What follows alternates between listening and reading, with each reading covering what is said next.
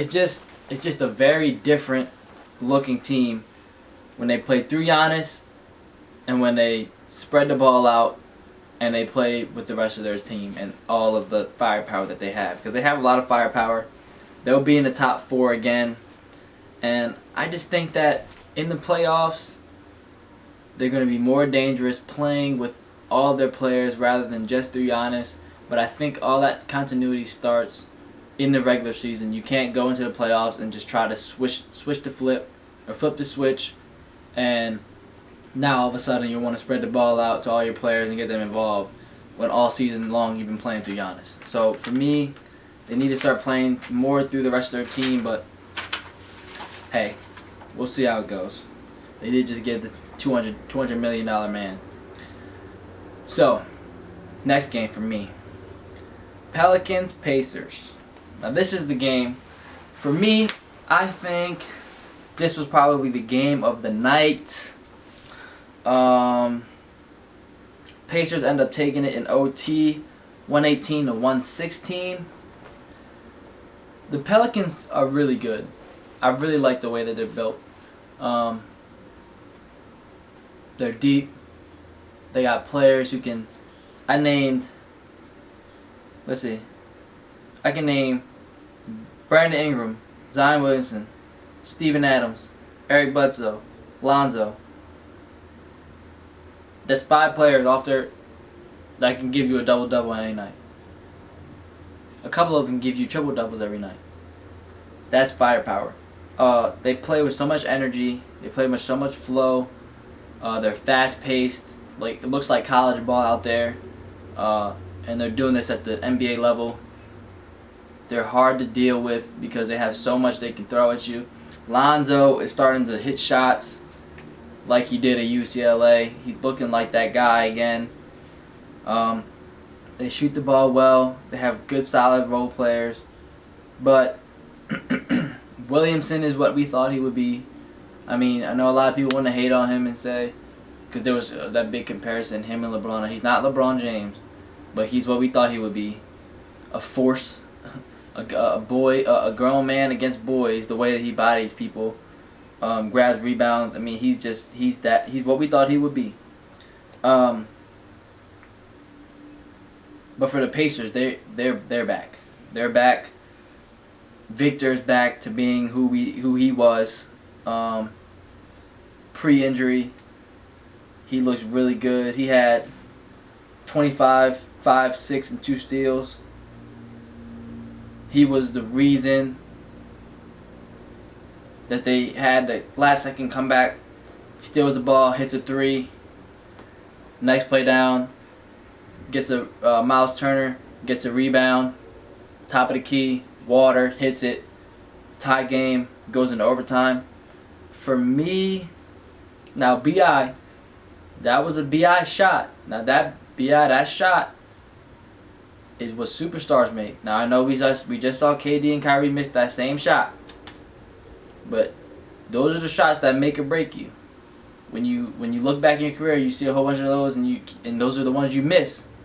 Then people say, he wasn't, so just be careful because those are the shots you got to hit. But he didn't. They go into overtime. And again, Oladipo took over the 4th. He took over overtime.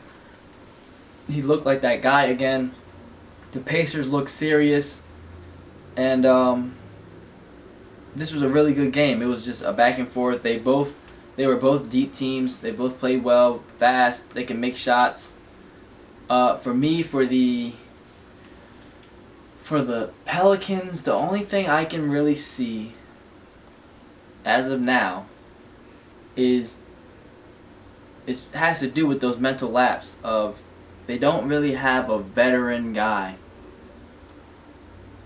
that can, because that, like I said, they play college. They look like they playing college ball, and that last 2 shots that the Pacers hit, the 3 and then the 3 by Turner to tie it up for OT. It was sloppy ball. It looked like college ball. It looked like March Madness, some craziness going on. They didn't really manage the ball right. They didn't get the ball to the correct ball handlers. And that is where a veteran point guard or a veteran player comes in and can finish the game off with 2 seconds left on the clock. And that right there doesn't scare me, but it concerns me because they're such a young team, and something like that will get them put out of the playoffs if they make the playoffs, which I think they do. They will. That'll get them put out early in the playoffs, playing like that. So, all in all, it was a good game. Pelicans are looking good. They're 1, 2, 3, 4, 5. They fifth in the West. I think they'll be 6 through 10, somewhere there. They'll be in the playoffs, and they'll be a force. You don't want to take them lightly, but they still have a little bit of growing to do, and I like them. But the Pacers, they look good. They look like they're ready, and they look like they're here. So then we go. Last game, we got Warriors.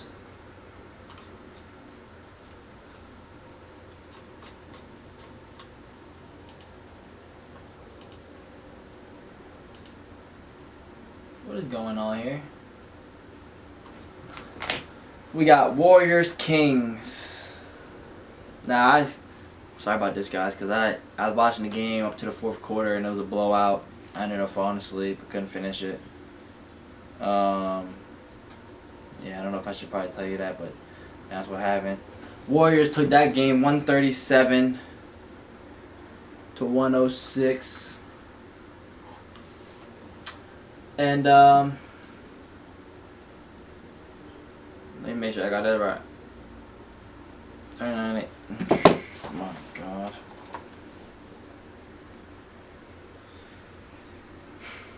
Now this is the segment a lot of people are gonna hate anytime I talk about the Warriors. But it's just, guys, come on, can we just be real for it? Let's get real for a second. Let's get real for it. Like, God, a second, just for a second. Curry goes 39-8. Didn't play the fourth quarter. The Kings are playing well. The Kings are playing good basketball. So I don't want to hear people say, "Oh, it's the Kings." No, they were playing good basketball. They were 3-3 just like we were. They were fast paced. They're playing good. They had their people. Buddy Hield was not playing the game that I thought he would.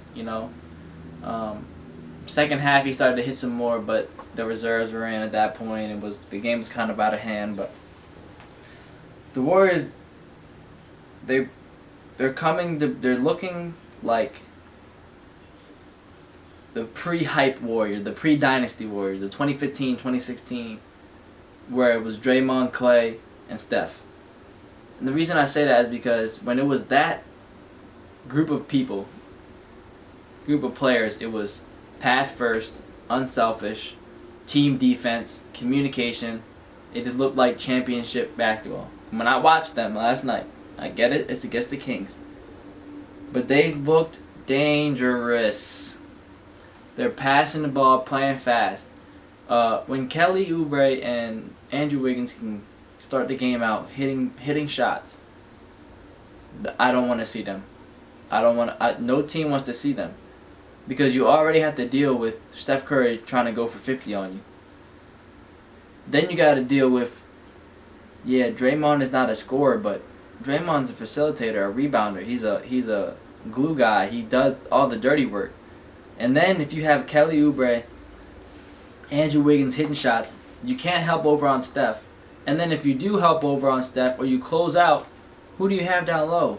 You got big James Wiseman, who's looking like a force.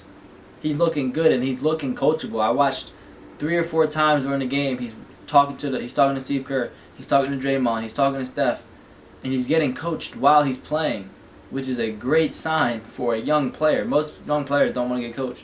That's anybody. Nobody wants to sit here and listen to you tell me what I need to do better, what I didn't do right. But he does. He wants that, because he understands that this is a championship team, and he needs to take what they say not lightly. He needs to take it heavy, straight to the heart, because what they're going to tell him is winning basketball. So they just look good. Wiseman is a big. He hustles. He was running the floor. Every other play, he's running down the floor, beating guards and big men down the floor. And with Steph and Draymond, who can drop that right over the top, he's gonna get easy buckets. That I don't think Steph has ever played with. Now Boogie was hurt, but Boogie was never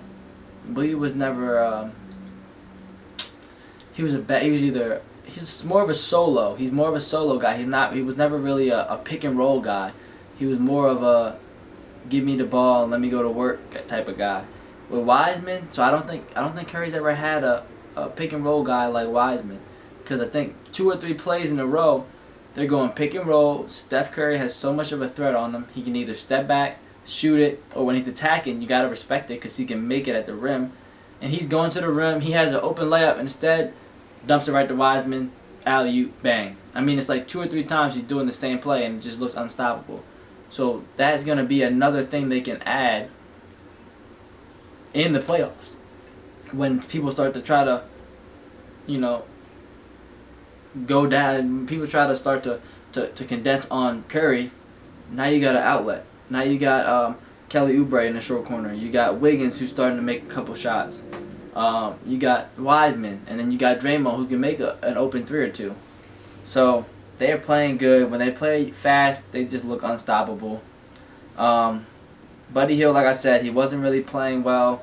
He wasn't playing like a top 3-point shooter. All his shots looked like they were short, barely hitting the rim. But the Warriors' offense is just looks so good.